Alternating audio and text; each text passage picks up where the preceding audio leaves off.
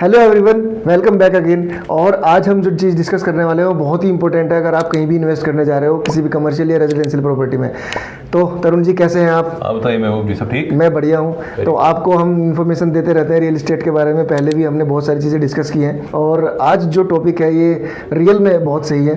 तो हाँ, बिल्कुल ठीक कह रहे हैं आप। मतलब बहुत बार ऐसी चीज़ें होती हैं जब कस्टमर्स और क्लाइंट्स जाते हैं मार्केट में कोई ढूंढने के लिए, तो कभी कभी शायद वो मेरे हिसाब से मिसलीड हो जाते हैं। अब जैसे बहुत बार ऐसा होता है, जैसे कभी कोई कस्टमर कभी भी किसी बिल्डर के पास किसी भी प्रोजेक्ट में कुछ लेने जाता है, तो जब बिल्डर उसको वो अपना प्रोडक्ट समझाता है तो वो उसको BSP, जिसको हम एक बेसिक सेलिंग प्राइस कहते हैं, वो तो बता देता है। लेकिन जब एक्चुअल कॉस्टिंग सामने आती है कस्टमर के कई बार, तो उसमें बहुत सारे चार्जेस, जो other charges, PLC, electrification charge वगैरह, ये सब जो भी जोड़ देता है, तो 10-20% जो फाइनल कॉस्टिंग होती है वो क्लाइंट की बढ़ जाती है, जिसके लिए शायद वो मेंटली प्रिपेयर नहीं होता है। मेंटली प्रिपेयर नहीं होता है, सही कह रहे हैं आप।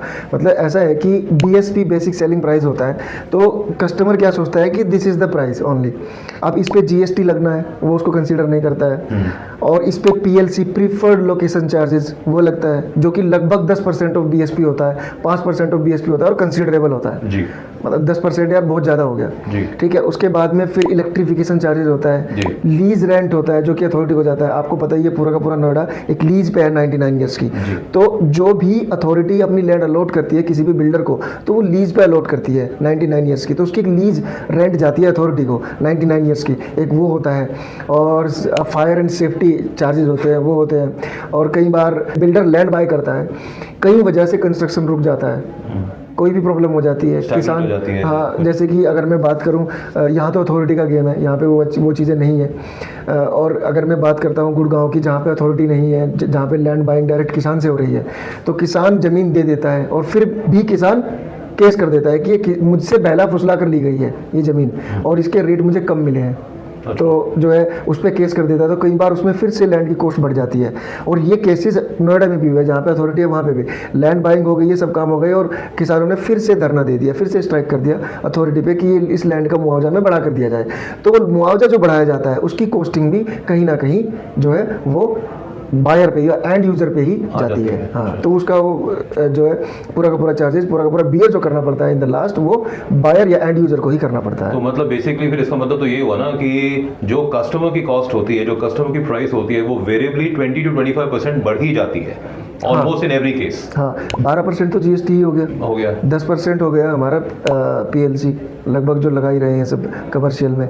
और उसके बाद फिर जो चार्जेस हैं, electricity, electrification, fire and safety and और भी बहुत सारी चीज़ें होती हैं जो कि मतलब आपके सामने आती हैं। तो ये चीज़ें, ये सब चीज़ें आती हैं सब आती है। अच्छा, एक और बात बताइए, ये जो चार्जेस रहते हैं ये मतलब स्टैटिक या फिक्स्ड होते हैं या ये डेवलपर टू डेवलपर वेरी करते हैं? ये developer to developer, land to land, location to location, अच्छा, ये सब तरीके से वेरी करते हैं।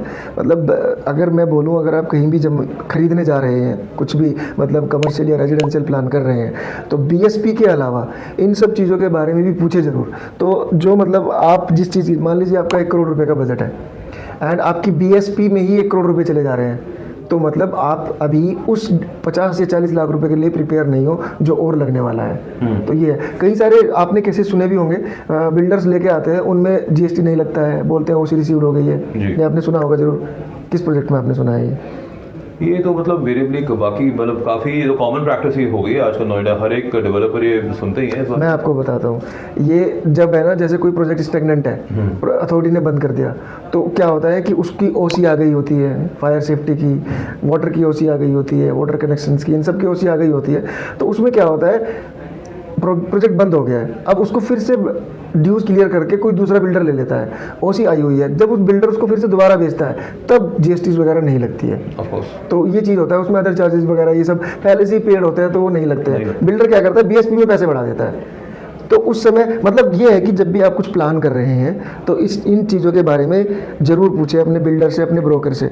और अगर कहा जाए, एक जो है ना, एक चीज़ और होती है, जब आप किसी बिल्डर के पास जाते हैं, कुछ भी एक प्रॉपर्टी खरीदने के लिए जाते हैं या रेजिडेंशियल खरीदने के लिए जा रहे हैं, और आपको कोई डिस्काउंट दे रहा है, और आपने ये चीज़ ज़रूर सुनी होगी कि मैं आपको बहुत ज़्यादा डिस्काउंट दे रहा हूँ, इतना बिल्डर अलाउ नहीं कर रहा है, तो मैं आपको एक क्रेडिट नोट लिख के दे देता हूँ। सुना है आपने? जी। Credit note is a thing कि मतलब जो मैं एक ब्रोकर हूँ, मैं आपको बिल्डर से एक फ्लैट दिला रहा हूँ, तो अब बिल्डर ने अलाउ किया है कि आप इतना डिस्काउंट दे सकते हो, उससे ज़्यादा नहीं दे सकते।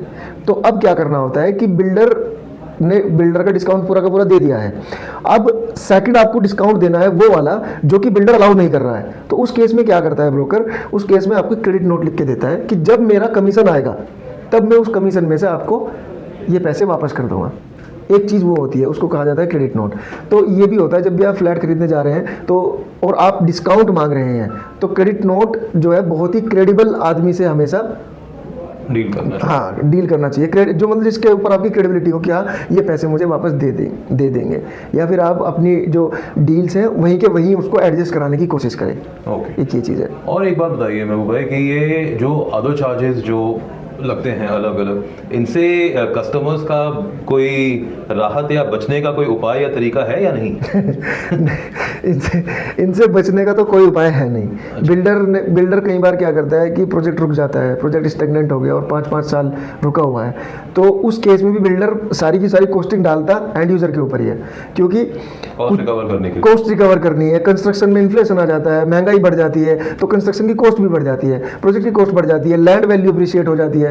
तो उस केस में क्या करता है बिल्डर कि जो नए रेट्स होते हैं उन पे निकालता है चीज़ें, और जो है उस समय भी नहीं बचा जा सकता जो बढ़े हुए रेट्स हैं उनसे। तो बहुत सारे जो बायर्स होते हैं जिन्होंने बुकिंग की हुई थी प्री लॉन्च में, वो केस भी कर देते हैं। अच्छा। हाँ, तो केस करते हैं और उनको फिर मतलब राहत मिलना बड़ा मुश्किल हो जाता है, क्योंकि ये बात कोर्ट भी मानती है।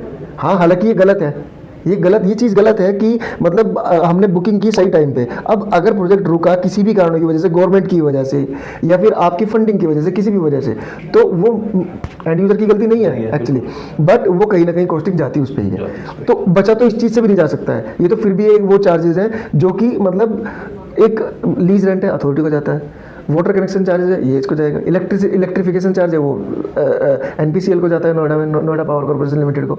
और ऐसे ही मतलब ये जो चार्जेस होते हैं एक्चुअली बिल्डर के पास ना जाके ये जाते हैं गवर्नमेंट एजेंसीज के पास जो हैंडल करते हैं। हाँ, तो इनसे बचा नहीं जा सकता। हाँ, इनके बारे में हमें पूछा जा सकता है, अवेयर हो सकते हैं हम इनके बारे में पहले ही, ऐसा ना हो कि बाद में हमारे सामने बम फटे फट कि ये इतना बड़ा चार्ज कहाँ से आ गया है। तो this was all about the charges. तो मुझे लगता है कि आप इनसे सेटिस्फाई हैं सब चीज़ों से। जी, अब काफ़ी इन्फॉर्मेशन एक्चुअली मिल गई है जो हमारे व्यूअर्स के लिए भी बहुत हेल्पफुल होगी। हाँ, तो मैं मतलब आपसे बोलूँगा सबसे कि जब भी आप कोई कमर्शियल रेजिडेंशियल प्लान कर रहे हैं तो अदर चार्जेस के बारे में, पीएलसीज के बारे में ज़रूर पूछें, और अपना डिस्काउंट जहाँ तक हो सकता है हद तक उस हद तक कराए। क्रेडिट नोट उसी से ले जिससे पे आपको भरोसा हो कि ये हमें पैसे वापस कर देंगे।